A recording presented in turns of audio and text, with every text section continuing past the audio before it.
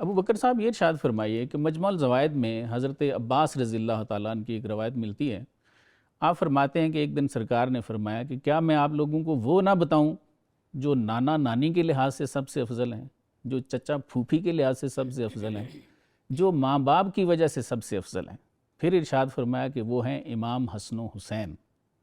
تو سر اس پہ ارشاد فرمائیے کہ اتنی کلیئرٹی کے باوجود پھر اس پہ لوگ بحث مباحثہ کیوں کرتے ہیں؟ بسم اللہ الرحمن الرحیم۔ شکریہ جی وارث صاحب، آپ کا بہت شکریہ کہ آپ نے ہمیں مدعو کیا، اور چینل کا بہت شکریہ، انتظامیہ کا بہت شکریہ، آپ نے ہمیں موقع دیا۔ جس طرح آپ نے فرمایا کہ تو اس میں مختلف لوگ اس کا اگرچہ اختلاف اس میں ہیں، لیکن اسی حدیث میں خود وہ چیزیں جو ہے وہ سامنے نظر آ رہی ہیں، اور اس کا جو ایک مطلب ہے جب وہاں یہ فرمایا گیا کہ نانا نانی کے اعتبار سے، بالکل ایسا، تو اب نانا کون ہے؟ حضرت محمد مصطفیٰ صلی اللہ علیہ وسلم، جی، اور حضرت محمد مصطفیٰ علیہ السلام کا مرتبہ وہ تو امام الانبیاء ہے، سبحان اللہ، اتنا بڑا مرتبہ کہ یعنی اتنے زیادہ فضائل ہے کہ وہ مختصر سا وقت جو ہے اس کے لیے ناکافی ہے کہ بالکل ٹھیک، بیان کر لیں۔ جب یہ فرما دیا کہ نانا نانی کے اعتبار سے وہ افضل ہے، صحیح، جب انہی کی نسل ہے، انہی کی اولاد ہے، تو اس اعتبار سے جو ہے وہ پھر وہ افضل ہوئے۔ بالکل ایسے ہی، اصل چیز یہ ہے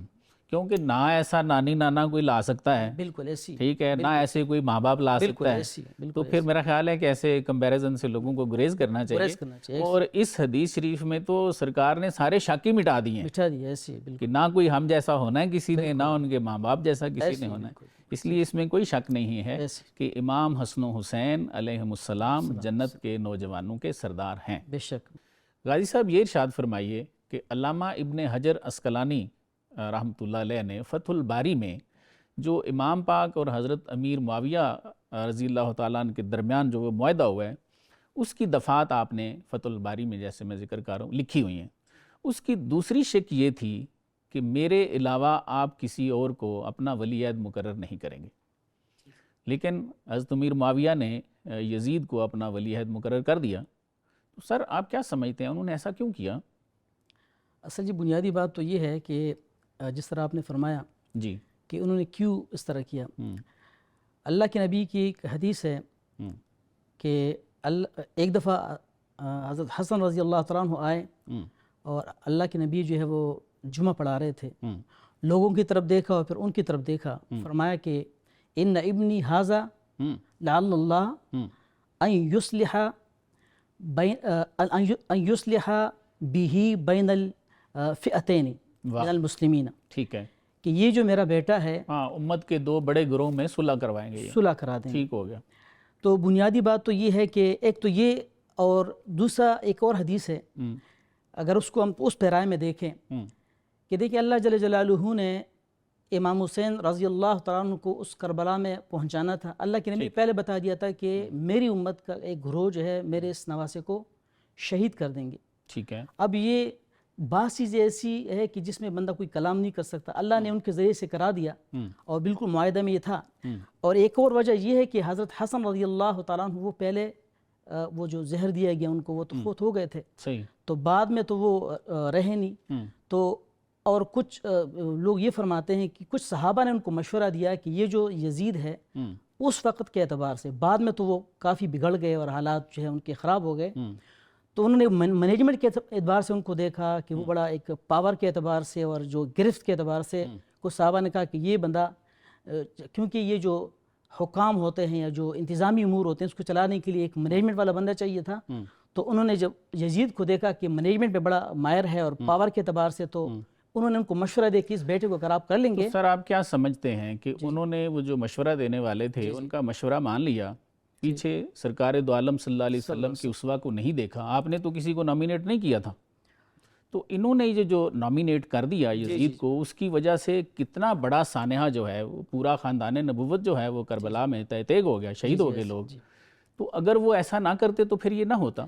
تو کیا آپ اس کو ان کی خطائے منکر سمجھتے ہیں؟ میں یہ سمجھتا ہوں کہ دیکھیں اگر انہوں نے مشورہ، صحابہ تھے اس میں مغیرہ بن شعبہ تھے، تو انہوں نے اگر مشورہ دیا بھی ہے تو انہوں نے نیک نیتی کے ساتھ دیا تھا، کیونکہ اب مستقبل میں کیا ہونے والا ہے وہ تو اللہ کے سوا کسی کو پتہ نہیں، اور اللہ کے نبی نے کچھ چیزوں کے بارے میں پہلے بتا دیا تھا، وہ اللہ کے حکم سے بتایا ہوگا۔ تو جب وہ صحابہ نے جب مشورہ ان کو دیا تو نیک نیتی کے ساتھ دیا ہوگا، اور سامنے جو ان کے اعمال تھے اور ان کی جو مینجمنٹ تھی اس اعتبار سے انہوں نے ان کو مشورہ دیا ہوگا کہ یہ انتظامی امور کے اعتبار سے۔ بیسک سوال یہ ہے کہ کیا اس کو خطائے منکر یا ہم پلین الفاظ میں غلطی کہہ دیتے ہیں جی جی کہ یہ تو ہوئی نا، کیونکہ آپ صلی اللہ علیہ وسلم نے تو کسی کو نامینیٹ نہیں کیا، جی جی تو اپنے بیٹے کو اس طرح درمیان میں لے آنا، اس کو کیا سمجھتے ابھی ہیں؟ امام رضی اللہ تعالیٰ عنہ تو بہت بڑے صحابی ہے، تو ظاہری بات ہے وہ ایک سسٹم آلریڈی سسٹم میں تھے اور سسٹم چلا رہے تھے، اپنے بیٹے کے اندر انہوں نے ہو سکتا ہے وہ کوالٹی دیکھی ہوگی،